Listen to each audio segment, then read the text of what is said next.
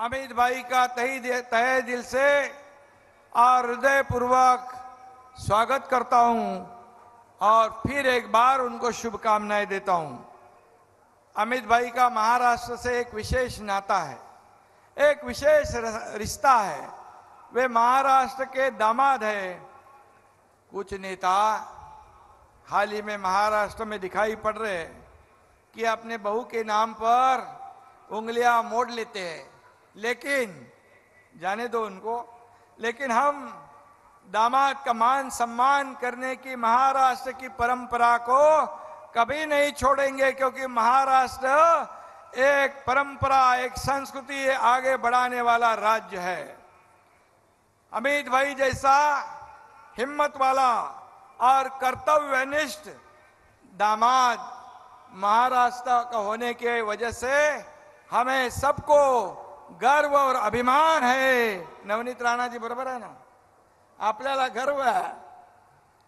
आणि महायुति के उम्मीदवार नवनीत राणा भी हनुमान भक्त है और रवि राणा भी है।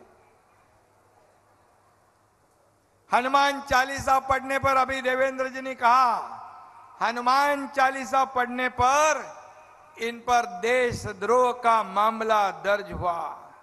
कैसी सरकार, कौन सी सरकार और क्या करने जा रही थी सरकार?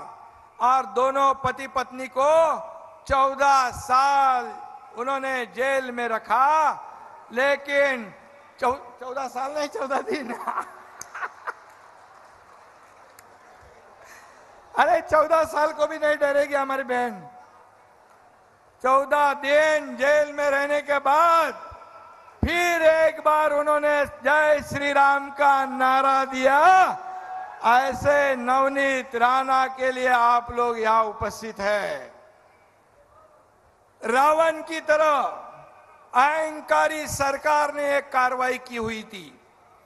हनुमान ने अहंकारी रावण की लंका जला दी थी और आप लोगों को, अमरावती की जनता, महाविकास आघाड़ी के रावण रूपी लंका को आने वाले 26 तारीख को जलाकर राख कर देगी।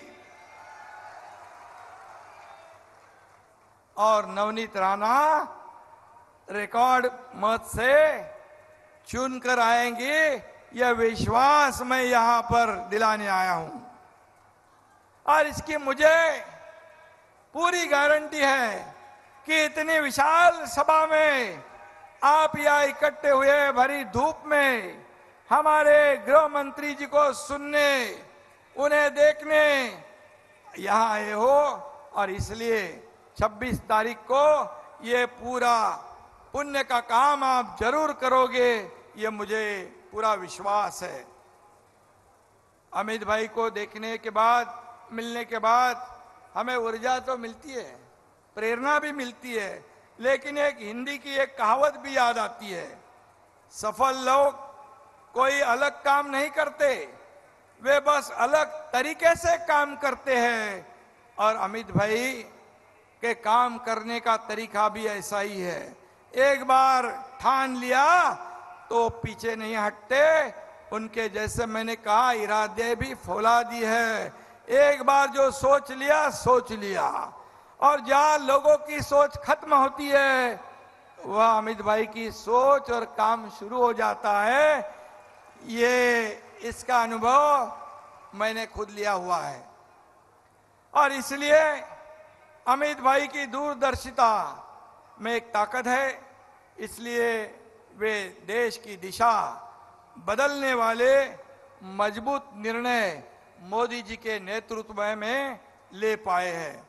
कुछ लोग इस भ्रम में थे कि कश्मीर में धारा 370 को हटाना नामुमकिन है, कभी संभव नहीं, लेकिन प्रधानमंत्री मोदी जी के नेतृत्व में अमित भाई की असीम इच्छा शक्ति के कारण यह संभव हुआ।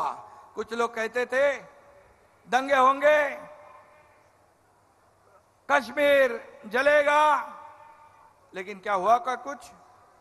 अमित भाई ने ऐसा चक्कर और ऐसा जादू चलाया, सब शांति से एकदम हमारा कश्मीर हमारे साथ आ गया और हमारे देश का नंदनवन फिर एक बार हमारे देश की मुख्य धारा से जुड़ गया, शामिल हो गया। इसका पूरा पूरा जो श्रेय अमित भाई को जाता है। और वर्षों तक उग्रवाद के साये में रहे कश्मीर आज विकास की राह में दौड़ रहा है, विकास की ओर जा रहा है। ये हमारे देश के लिए गौरव की बात है। हम कश्मीर में महाराष्ट्र भवन बना रहे, हमें जगह भी मिल गई, लेकिन उमर अब्दुल्ला यहां पर मुंबई में आए थे, बोले हम यहां पर महाराष्ट्र भवन नहीं बनने देंगे। अभी हमारे साथ मोदी जी भी है, हमारे साथ अमित भाई भी है, तो कौन रोकेगा महाराष्ट्र भवन बनाने के। और कलानगर का एक अब्दुल्ला उमर को अपने कंधों पर लेकर नाच रहा है, घूम रहा है। ये त्यांना माहित नहीं पड़णार का, ठीक है, ऐसे रहने दो। हम भी देखते हैं कि श्रीनगर में महाराष्ट्र भवन कैसे बनता नहीं। अपने मित्रों को, अपने मित्र दलों को, अपने गठबंधन के पक्षों को, पार्टी को साथ लेकर चलने का प्रयास अमित भाई कर रहे हैं। उनका वचन काले पत्थर की लकीर होती है।